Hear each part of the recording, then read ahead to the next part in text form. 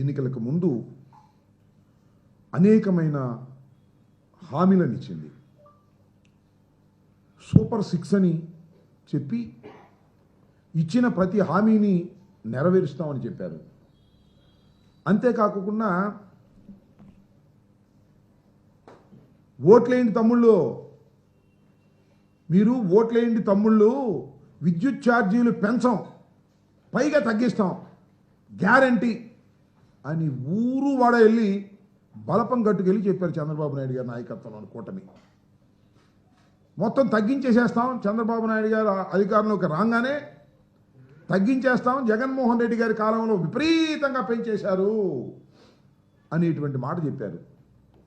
దాంతోపాటు ఏమన్నారంటే అసలు మమ్మల్ని ఎన్నుకోండి, సంపద సృష్టిస్తాం, సంపదను సృష్టించి ఈ రాష్ట్రాన్ని అద్వితీయంగా పురోగతిలోకి తీసుకువెళ్తాం అనేటువంటి మాట చెప్పారు. ఇవాళ ఏం జరుగుతుంది? 6 నెలల్లోనే మొత్తం చంద్రబాబు నాయుడు గారి నిజస్వరూపం బయటపడిపోయింది. ఇచ్చిన మాటను దేన్ని కూడా నెరవేర్చడు చంద్రబాబు నాయుడు గారిని. పూర్వం మాట ఉంది, అది మర్చిపోయి ఓట్లు వేశారు. అదే స్వామి చెబుతారు, ఓడ మీద ఉన్నప్పుడు ఓడ మల్లయ్య అంట, ఓడ దిగిన తర్వాత బోడి మల్లయ్య అంట. అలాగే రేవు దాటిన తర్వాత తెప్ప తగలేసినట్టుగా, అక్కడ దిగిన తర్వాత అల్లుడు చేసినట్టుగా ఇవన్నీ చంద్రబాబు నాయుడు గారికి ఉండేవి. అవన్నీ మర్చిపోయి ఈయన మాటలు నమ్మి ఓట్లు వేస్తే ఇవాళ జరుగుతుంది ఏంటి అని అడుగుతా ఉన్నా. కరెంటు ఛార్జీలు తగ్గించారా? తగ్గించకపోతే తగ్గించకపోయారు. అలా అట్టి పెట్టారా పెంచుకోకుండా? అది లేదు. విపరీతంగా ఛార్జీలు పెంచేటటువంటి కార్యక్రమం చేస్తున్నారు. బాదుడే బాదుడు, ఇది చంద్రబాబు నాయుడు గారి డైలాగ్ గుర్తుందా మీకు? ఇంతకుముందు బాదుడే బాదుడు, బాదుడే బాదుడు అని చెప్పుకొచ్చాడు. ఇవాళ సావబాదుడు, ఇవాళ బాదుడే బాదుడు. 6 నెలలకే ఇవాళ 15,485 కోట్ల రూపాయలు ప్రజల మీద భారం వేశారు. నవంబర్లో 6,000 కోట్ల బిల్లు, అలాగే వచ్చే నెల నుంచి 9,412 కోట్ల రూపాయలు పెంచేటటువంటి కార్యక్రమం. విద్యుత్ వినియోగదారుల మీద, గృహ వినియోగదారుల మీద 25% నుంచి 55% అర్ధంతరంగా పెంచేసి ఇవాళ చంద్రబాబు నాయుడు గారు ప్రజలను కసి తీర్చుకునేటువంటి కార్యక్రమం చేస్తున్నాడు. ఇది చాలా దురదృష్టకరమని మనవి చేస్తున్నా. అంతేకాదు ఇంకొక విషయం చెప్తా ఇక్కడ మీకు. స్మార్ట్ మీటర్లు బిగిస్తున్నాం వైఎస్ఆర్ కాంగ్రెస్ పార్టీ అధికారంలో ఉన్నప్పుడు. స్మార్ట్ మీటర్లు బిగిస్తే రైతులకు అన్యాయం జరిగిద్ది అన్నారు. అలా స్మార్ట్ మీటర్లు పాల్గొట్టేమన్నాడు. సాక్షాత్తు ఇవాళ ఉన్న విద్యాశాఖ మంత్రి గారు రైతులు ఏమి హెచ్చరించారంటే, రెచ్చగొట్టారంటే స్మార్ట్ మీటర్లు పగలగొట్టేసేయండి, స్మార్ట్ మీటర్ల వల్ల నష్టం జరుగుతుంది, జగన్మోహన్ రెడ్డి గారు రైతులకు ద్రోహం చేస్తున్నాడు కాబట్టి పగలగొట్టేయమన్నారు. వాళ్ళు ఏం చేస్తున్నారండి నాకు అర్థం కాలే. మళ్ళా ఇవాళ స్మార్ట్ మీటర్లు బిగించేటటువంటి కార్యక్రమం చేస్తున్నారా లేదా ఈ ప్రభుత్వం? ఇవాళ దానికి సమాధానం చంద్రబాబు నాయుడు గారు చెప్పాలంటున్నా. చంద్రబాబు నాయుడు గారే కాదు, స్మార్ట్ మీటర్లు పెడితే పగలగొట్టేయమని రైతులను రెచ్చగొట్టినటువంటి నారా లోకేష్ గారు దీనికి ఏమి సమాధానం చెప్తారో ఇప్పుడు చెప్పాలని కూడా ఈ సందర్భంగానే మనవి చేస్తున్నా.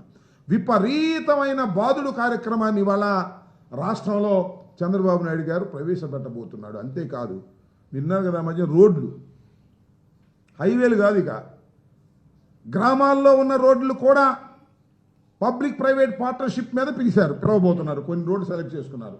అంటే కారు బయటకు తీస్తే టోల్ కట్టాల్సిందే, హైవే ఎక్కాల్సిన అవసరంలా. జిల్లా రోడ్లకైనా, పంచాయతీ రోడ్లకైనా, ఆర్ఎన్బి రోడ్లకైనా, దేనికైనా టోల్ కట్టాల్సిందే. ప్రభుత్వానికి సంబంధించి పబ్లిక్ ప్రైవేట్ పార్ట్నర్షిప్తో దోచిపెట్టేటటువంటి కార్యక్రమాలు చేస్తున్నారు. ఇది సంపద సృష్టించడం అంటే. కారు ఉన్నవాడి 10 దగ్గర కారు బయటకు వస్తే టోల్ గేట్ వేసి, టోల్ వేసి సంపద సృష్టించేటటువంటి కార్యక్రమం చేస్తున్నాడు. నిజంగానే చంద్రబాబు నాయుడు గారు ఏదో సంపద సృష్టిస్తాడు, ఎకానమీలో చాలా గొప్పవాడు, హైదరాబాదును అభివృద్ధి చేశాడు, డబ్బా కొడుతూ ఉంటాయి ఈనాడు, ఆంధ్రజ్యోతి ఒక పక్కన డబ్బా కొట్టే కార్యక్రమాలు చేస్తుంటే అది నిజమేనని అమాయకులు నమ్మి ఓట్లు వేస్తే సంపద సృష్టించడం కాదు, సంపదను దోచుకునేటటువంటి కార్యక్రమం ఇవాళ చంద్రబాబు నాయుడు గారు చేస్తున్నారు. 40 సంవత్సరాల ఇండస్ట్రీ అంటాడు. 14 సంవత్సరాల సుదీర్ఘకాలం నేను ముఖ్యమంత్రిగా పనిచేశాను అని చెబుతున్నటువంటి చంద్రబాబు నాయుడు గారు ఇవాళ సంపద సృష్టించడం పోయి సంపదను దోచుకునేటటువంటి కార్యక్రమం చేస్తున్నాడు. ఆయన కాలంలో సంపద సృష్టించాడు. ఎలాగో తెలుసా మీకు? ప్రైవేట్ రంగ సంస్థలను అమ్మేశాడు, పప్పు బెల్లాలకు అమ్మేశాడు. ప్రైవేటు సంస్థల్ని పప్పు బెల్లాలకు అమ్మేసి ఎవరికి అమ్మాడు? తనకు కావాల్సిన వాళ్ళకి అమ్ముకున్నాడు. అమ్ముకొని వాళ్ళ దగ్గర డబ్బులు తీసుకున్నాడు. డబ్బులు తీసుకుని ఆయన సంపద సృష్టించుకున్నాడు. ప్రైవేట్ రంగంలో ఉన్న సంస్థలన్నీ అమ్మేసి, ప్రభుత్వ రంగంలో ఉన్న సంస్థలన్నీ అమ్మేసి ప్రభుత్వ ఖజానాకు తీసుకొచ్చినట్టుగా నాటకం ఆడినటువంటి సందర్భాలు ఉన్నాయి.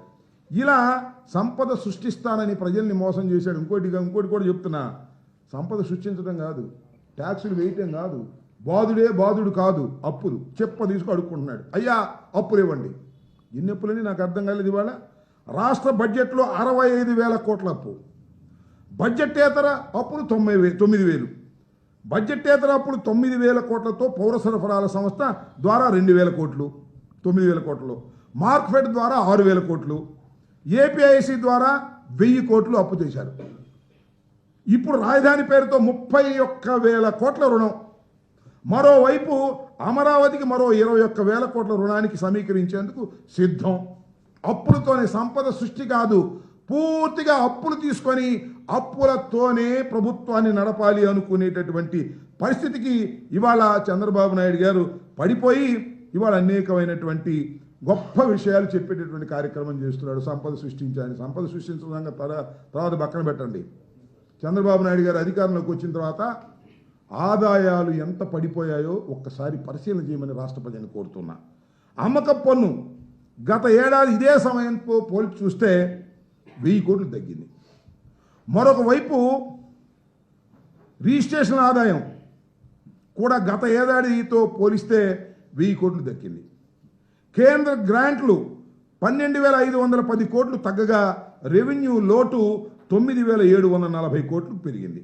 ఇవన్నీ చూస్తుంటే చంద్రబాబు చెప్పేవన్నీ గొప్పలు, చేసేవి మాత్రం అభూతమైన కల్పనలు అనేటువంటి విషయాన్ని ప్రజలు గమనించాలని ఈ సందర్భంగా నేను మనవి చేస్తున్నా.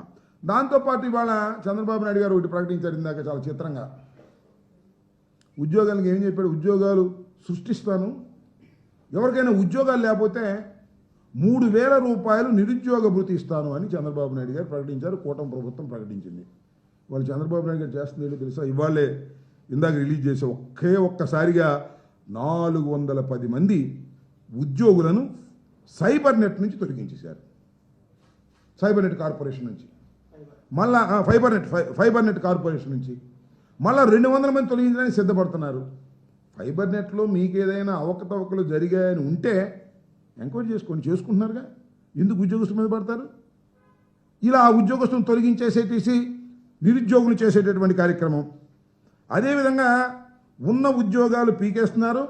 ఎన్ని ఉద్యోగాలు పీకేశారండి వాళ్ళ చంద్రబాబు నాయుడు గారు అధికారంలోకి వచ్చిన తర్వాత? వాలంటీర్ వ్యవస్థ, దానిలో ఉన్న వాళ్ళందరినీ పీకేశారు. స్పెషల్ డాక్టర్లను తీసుకొచ్చాం మేము, వాళ్ళని కూడా తీసేశారు. వైద్య ఆరోగ్య సంస్థలో కొంతమంది ఉద్యోగులు తొలగించారు. మల్టీపర్పస్ హెల్త్ వర్కర్స్ని తొలగించేశారు. బ్రెవరేజ్ కార్పొరేషన్లో పనిచేస్తున్న వాళ్ళని సరే లిక్కర్ విధానమే మార్చేయటం వల్ల హిట్ టీవీ యాప్ ని డౌన్లోడ్ చేసుకోండి. ఇందులో short news, live news, entertainment movies అన్ని అవైలబుల్ గా ఉన్నాయి. Please download hit TV app. Hit TV app ని ఫ్రీగా డౌన్లోడ్ చేసుకోండి.